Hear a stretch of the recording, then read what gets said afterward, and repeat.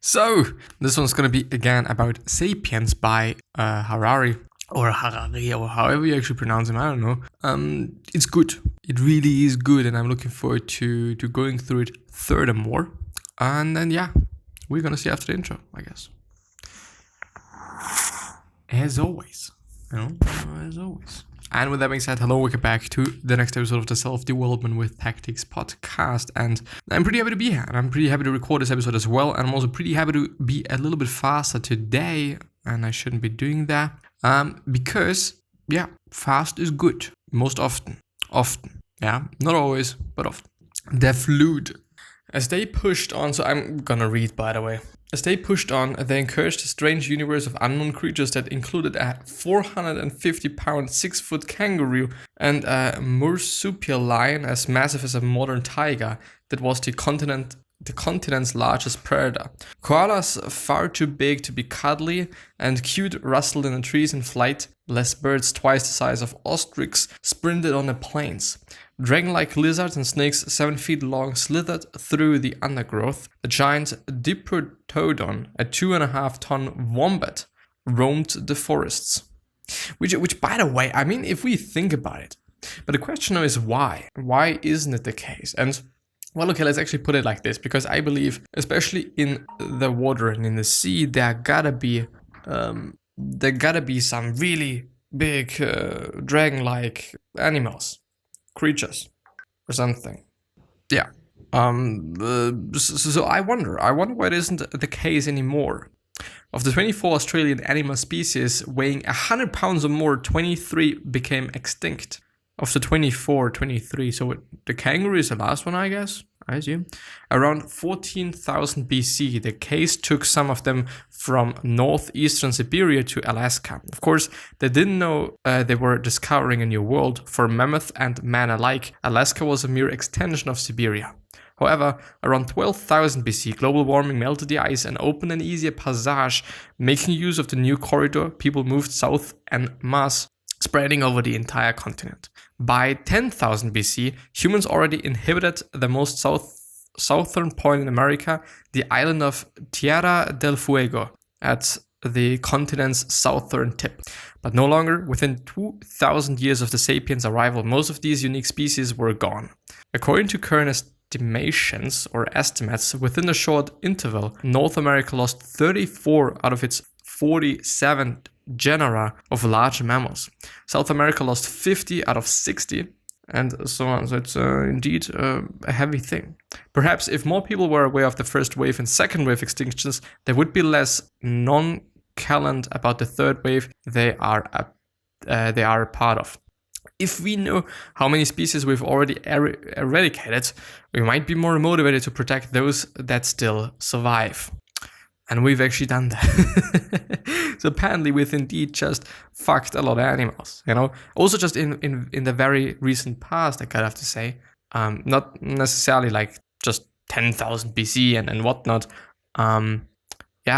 We really gotta have a look at it. But I don't know, like I always have to, think about the fact that, well, at this point in time, we have to care about ourselves, I guess, since, shit is going crazy. And by the way, I really hope that you're fine and really hope that your family's fine and everyone's healthy. And there is nothing more that I wish for you and for your life, just besides also financial, that you're doing well financially, because this apparently is also like a really big thing. I think not necessarily in Europe, but indeed, like, I don't know, indeed in the United States.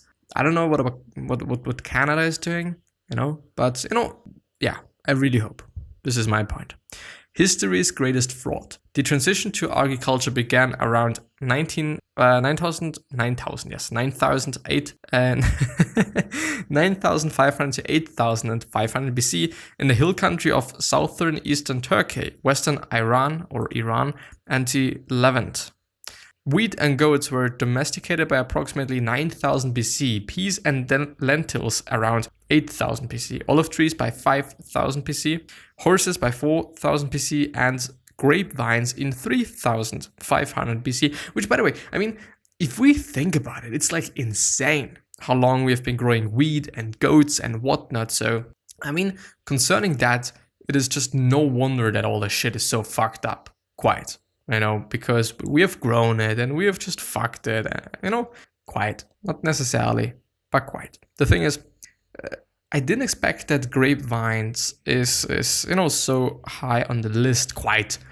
Also not olive trees, and by far not lentils, because I thought like, well, I don't know. Maybe I would have thought rice is just big in a thing, but apparently no, it's not. No noteworthy plant or animal has been domesticated in the last 2,000 years. If our minds are those of hunter-gatherers, our cuisines is that of Asian farmers. Yes, quite indeed, isn't it? We're still eating kind of the same stuff.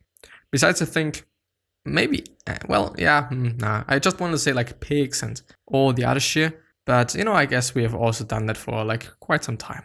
Sapiens could dig up delicious truffles and hunt down woolly mammoths, but domesticated either species was out of the question. Domesticating either species was out of question. Rather than heralding a new era of easy living, the agricultural revolution left farmers with lives generally more difficult and less satisfying than those of foragers. What is a forager? Or forager? Of a person wildly for food or provisions. So it's just somebody that's going around and searching for food, I guess. Hunter-gatherers spent their time in more stimulating and varied ways and were less in danger of starvation and disease. The agricultural revolution certainly enlarged the sum total of food at the disposal of humankind, but the extra food did not translate into better diet or more leisure. Rather, it is translated into population explosions and pampered elites. The average farmer worked harder than the average forager and got a worse diet in return. Which is actually a fucked up thing then. You're doing more and you're just getting less quite. Well, the agricultural revolution was history's biggest fraud. There you have it. The culprits were a handful of plant species including wheat, rice and potatoes. These plants domesticated Homo sapiens rather than vice versa. Pretty interesting. According to the basic evolutionary criteria of survival and reproduction, wheat has become one of the most successful plants in the history of the earth. The new agricultural tasks demanded so much time that people were forced to settle permanently next to their wheat fields. This completely changed their way of life. And we did not domesticate wheat, it's domesticated us. Which is a really interesting thought. And this is kind of the plain reason why I'm going through it, because there's so many interesting things. And I wouldn't actually go through it just when there was no podcast actually, because I don't know, just picking, 3 hours out of my day and reading it, I think I wouldn't do it.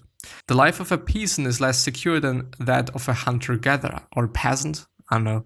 Cultivating wheat provided much more food per unit of territory and thereby enabled Homo sapiens to multiply exponentially. Yes, because, I don't know. Something that I had to think about just right now is, was there any way that Homo sapiens decided to not have children because they didn't have enough food? Or was it just like, I want to fuck, so it is what it is. If I'm just gonna then have a child, then it is what it is. Quite, but I wonder if they were just smart about that. But I mean like it is about survival, isn't it? If you do not have enough food and you just gotta have to feed a child, then I don't know. I think, before you yourself starve, I think you are either not gonna have a child or you're gonna kill it, maybe, or just leave it by its own or some shit. I don't know. Would be interesting. This is the essence of agricultural revolution, the ability to keep more people alive under worse conditions. Sounds so bad. Humans, like many mammals, have hormonal and genetic mechanisms that help control procreation. In good times, females reach puberty earlier and their chances of getting pregnant are a bit higher. In bad times, puberty is late and fertility decreases. People try to space their children 3 to 4 years apart. Women did so by nursing their children around the clock and until a late age. Around the clock, suckling significantly decreases the chances of getting pregnant. I see. But by the time they reach that age, they have large mortgages, children to school, houses in the suburbs that necessitate at least 2 cars per family, and a sense that life is not worth living without really good wine and expensive holidays abroad. What are they supposed to do? Go back to digging up roots? No, they double their efforts and keep slaving away. Unfortunately.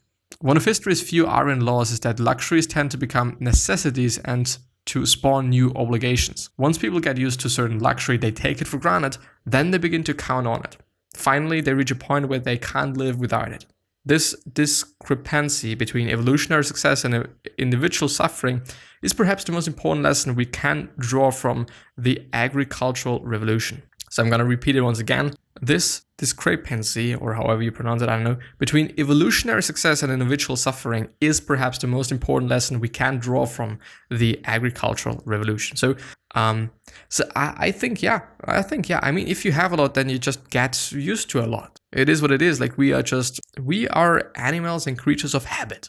And if we're having a certain habit of just always drinking the best wine, and suddenly we have to drink a really shitty wine, it's going to be bad. We're not going to like it. Even though, who says that something that is expensive is also good? Does not have to be the case. Really not.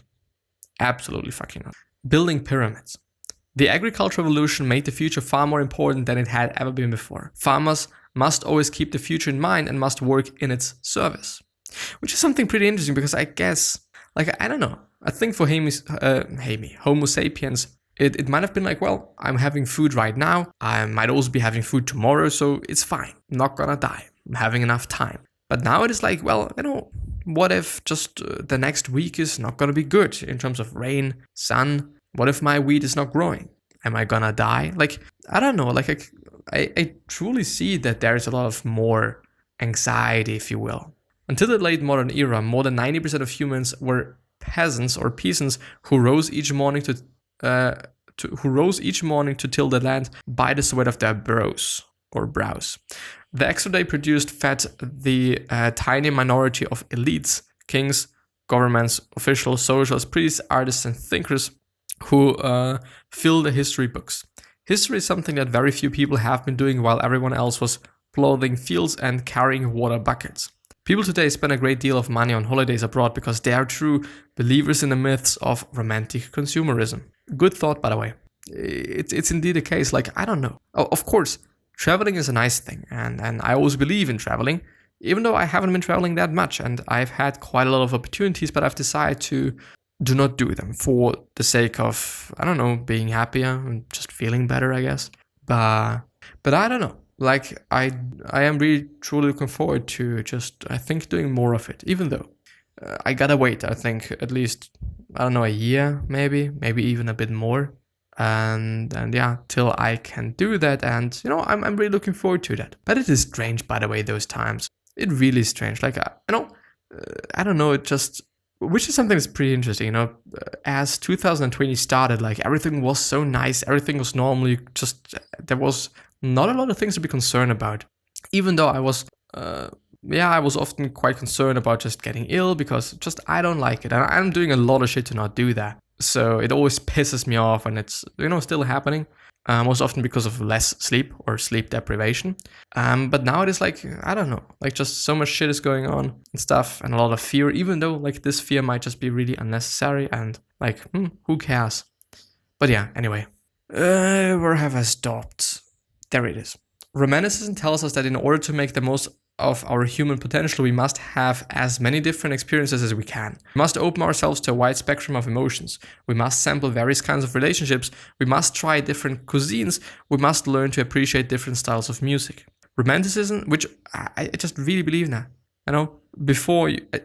If you don't try doing something, if you don't try the new music, classical music, I don't know, I think there's quite some people that don't like classical music, but there's actually something that's pretty beautiful. Can be pretty beautiful.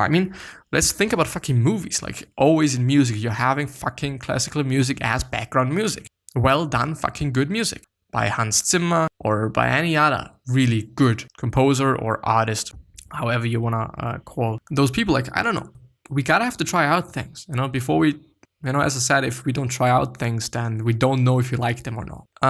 Romanticism, which encourages variety, meshes perfectly with consumerism. Their marriage has given birth to the infinite market of experiences on which the modern tourism industry is founded. The tourism industry does not sell flight tickets and hotel bedrooms, it sells experiences. At least this is what they try to do. Quite. Like the elite of ancient Egypt, most people in most cultures dedicated their lives to building pyramids. Only the names, shapes, and sizes of these pyramids changed from one culture to the other. They may take the form, for example, of a suburban cottage, with a swimming pool and an evergreen lawn, or a gleaming penthouse with an enviable view? Few questions the myths that cause us to desire the pyramid in the first place. Few question the myths that cause us to desire the pyramid in the first place. Yeah, like, I don't know. I don't feel like needing a home. Maybe times have changed throughout the generations, like, I don't know. The entrance objective is something that exists within the communication network linking the subjective consciousness of many individuals. If a single individual changes his or her beliefs or even dies, it is of little importance. However, if most individuals in a network die or change their beliefs, the intersubjective phenomenon will mutate or disappear. Indeed, like if a lot of people die, it's not good. Memory of overload, which is probably going to be the last one. Depends on how fast I'm going to read. But yeah, between the years 3500 BC and 3000 BC, some unknown Sumerian geniuses invented a system for storing and processing information outside their brains, one that was custom built to handle large amounts of mathematical data. The Sumerians thereby released their social order from the limitations of the human brain, opening the way for the appearance of cities, kingdoms, and empires. The data processing system invented by the Sumerian is called writing. It's fucking good. I like writing. The Sumerians used a combination of base 6 and base 10 numeral systems. Their base 6 system bestowed on us several important legacies, such as the division of the day into 24 hours and of the circle into 360 degrees. The first text of history containing no philosophical insights, no poetry, legends, laws, or even royal triumphs. They are humdrum economic documents recording the payment of taxes, the accumulation of debts, and the ownership of property. I mean, like, I think it makes sense, doesn't it? You know, I mean, these things have always been around. They're probably always going to be around. Yeah, interesting. Writing was born as the maid servant of human consciousness, but it is increasingly becoming its master. Our computers have trouble understanding how Homo sapiens talks, feels, and dreams. So we are teaching Homo sapiens to talk, feel, and dream in the language of numbers, which can be understood by computers. Indeed, this is exactly what the fuck we are doing. And I think it is actually quite a good idea. You know, I do am using quite a lot of, computer power or computing power for maths. And I've actually seen that I thought that this is a universal thing that, I don't know, in higher classes or in higher just grades, you're gonna just not use only such a calculator, which is just really basic, but maybe also one that can, I don't know, show you graphs and all that shit. But apparently it is not the case that people are using computers for their exams and stuff like that, but we do. And I think it is a pretty cool thing because I don't know. I don't care about calculating just this and that and these and those. Like, who the fuck cares? If I understand the concept and if I understand how something is working, then I can also do it with the computer, you know? And the computer does the hard work and I just do the thinking, which is the more important part. You know, it's just, I don't know, it's just a waste of time doing everything by hand and calculating all this shit and stuff. Yeah. I just need to know what I'm doing, isn't it the case? Or what I have to do so that I get the certain result that I'm seeking to get. Quite. But yeah, now I think I'm gonna learn, or I'm not quite sure, like I just still have to do some maths, quite, even though, I don't know, I feel like just learning. Well, anyway, I'm sorry if I don't cut it out. I'm probably not gonna, because, yeah. I mean, in the last few days, I think there was just so many different things that I should have cut out, but I haven't. Which, you know, either it's going to turn out pretty funny when things pop a little bit, or it's going to be fucking not good. Quite. But yeah, anyway, I think I'm going to end the episode there. And yeah, it is loading. So anyway, going to have quite some time to talk now. The question of the day, at least, is what could you make? What could you do? What could you change? What could you say? What could you create, build, that you know is going to make somebody else's life better? And why ain't you doing it if you just know about it? Yeah. Thank you very much. I really appreciate the attention and the energy and everything. I really, really fucking do. And yeah, I wish you best health, happiness, and also success, and also hope that you're gonna remind yourself and you're gonna be remembered, which basically means your legacy, and basically means just being a nice person and then being remembered as a nice person, which is always a good thing. Yeah, flexing. Anyway, I hope that you're really doing fine. I hope, I don't know, like I really fucking mean it. But yeah, maybe I'm gonna see you the next time as well. Maybe you subscribe if you want to. I really hope that I've been able to just share some things that are of importance to you, which would be amazing. But I don't know. We're gonna see. If so, please give me a comment. Please write something down in the comments. Maybe hit me up via email or some shit. I don't know. You can if you want to. There it is. But yeah, I think I'm gonna end the episode there. So thank you very much from the bottom of my heart. I really mean it just so much. I can't even express it. But I'm gonna see you. I at least hope. Bye bye.